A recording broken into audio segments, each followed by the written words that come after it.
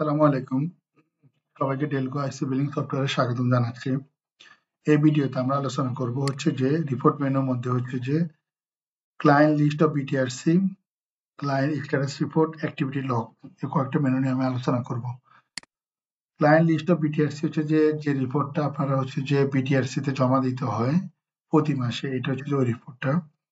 তো আমাদের এই সফটওয়্যারটা কিন্তু যদি মাইক্রোটিকের সাথে কানেকশন নাই, যার কারণে এই জায়গাটা রিপোর্টটা আসতে একটু দেরি হবে।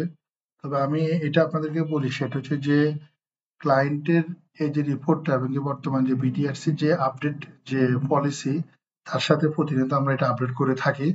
জাস্ট শুধু এটা আপনারা ডাউনলোড করে এখানে আপলোড করে দিলে হচ্ছে। এরপরে যে মেনুটা আসে সেটা হচ্ছে ক্লায়েন্ট স্ট্যাটাস রিপোর্ট। আমি যদি এই মেনুতে যাই, সেটা হচ্ছে যে আপনাদের ক্লায়েন্টরা হচ্ছে যে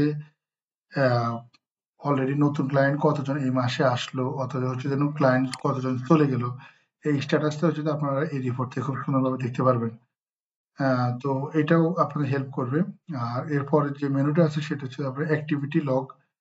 তো অ্যাক্টিভিটি লগ মেনুটা কাজটা হচ্ছে কিরকম, সেটা হচ্ছে যে আপনাদের